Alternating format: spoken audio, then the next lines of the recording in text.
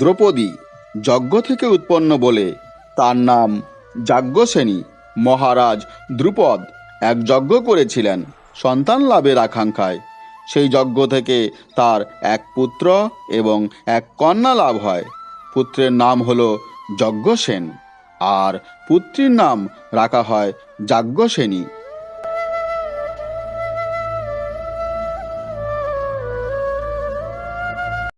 যজ্ঞসেন এবং যাজ্ঞসেনী দুজনেই মহারাজ দ্রুপদের পুত্র এবং কন্যারূপে লালিত পালিত হতে থাকল।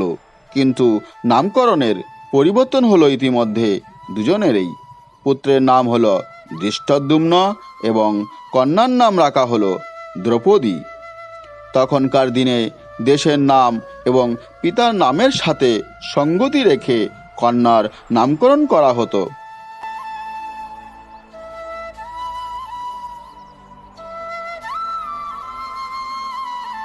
যেমন দ্রুপদ রাজার কন্যা বলে তার নাম রাখা হয়েছিল দ্রৌপদী। আবার পাঞ্চাল দেশের নামানুকরণে পাঞ্চালী, তেমনি কুন্তিভোজ রাজার কন্যা বলে পাণ্ডবদের মায়ের নাম ছিল কুন্তী। আবার গান্ধার দেশের কন্যা বলে কৌরবদের মাতার নাম ছিল গান্ধারী এবং মদ্রদেশের কন্যা বলে নকুল ও সহদেবের মায়ের নাম ছিল মাদ্রী। এরকম অনেক উদাহরণ আছে।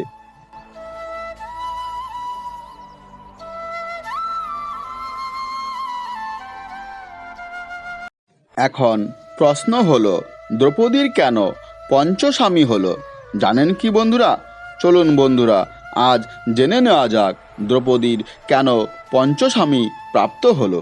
দ্রৌপদী বিবাহযোগ্য হলে দ্রুপদ স্বয়ম্বর সভার আয়োজন করেন এবং শর্ত দিলেন যে যে নিচে জলের দিকে তাকিয়ে উপরে রক্ষিত ঘূর্ণয়মান চক্রের মধ্য দিয়ে মাছের চোখ বিদ্ধ করতে পারবে সেই দ্রৌপদীকে লাভ করবে।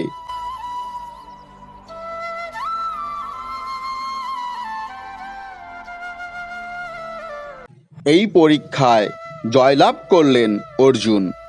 দ্রৌপদীকে নিয়ে পঞ্চপাণ্ডব যখন বাড়িতে এসে কুন্তিকে বললেন যে আজ তারা ভিক্ষায় একটি অপূর্ব জিনিস পেয়েছে, তখন কুন্তি বললেন যে তারা যা পেয়েছে তা 5 ভাই মিলে ভাগ করে নেয়।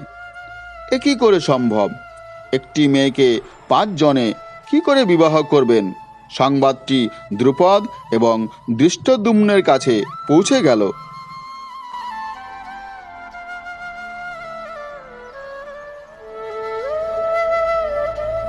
তারা একমত হলেন যে এই বিবাহ অধর্ম, তাই তারা বিকল্প চিন্তা করলেন। এমন সময় মহর্ষি ব্যাসদেব সেখানে উপস্থিত হলেন। তাকে দেখে সকলেই যেন একটু স্বস্তির নিঃশ্বাস ফেললেন এবং এই সমস্যা থেকে কিভাবে উত্তরণ সম্ভব তা জানতে চাইলেন।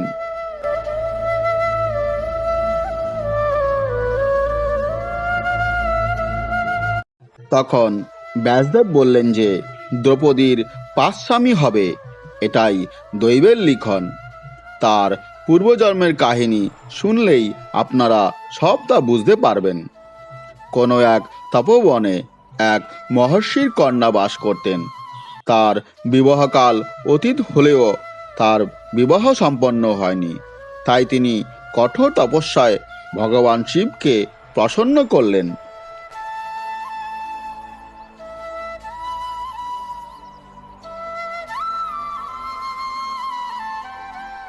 মহাদেব তার প্রতি প্রীত হয়ে বললেন যে তুমি তোমার কাঙ্ক্ষিত বর প্রার্থনা করো। কন্যা মহাদেব কর্তৃক আদিষ্ট হয়ে 5 বার বললেন, আমি সর্বগুণ সম্পন্ন বর প্রার্থনা করি। ব্যাসদেব বললেন, ভগবান শিব প্রার্থনা অনুসারে তার 5 জন স্বামীর বিধান করেছেন। আর এইভাবেই দ্রৌপদীর পঞ্চস্বামী প্রাপ্ত হয়।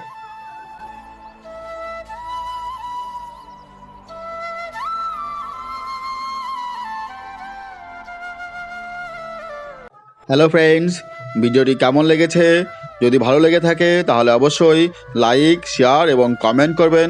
আর হ্যাঁ বন্ধুরা, চ্যানেলটি অবশ্যই সাবস্ক্রাইব করবেন, যাতে নতুন কোনো ভিডিও আপলোড হলে সঙ্গে সঙ্গে আপনাদের কাছে তার নোটিফিকেশান পৌঁছে যায়। ভালো থাকবেন বন্ধুরা, দেখা হয় পরবর্তী ভিডিওতে। আজকের মতো এ পর্যন্তই।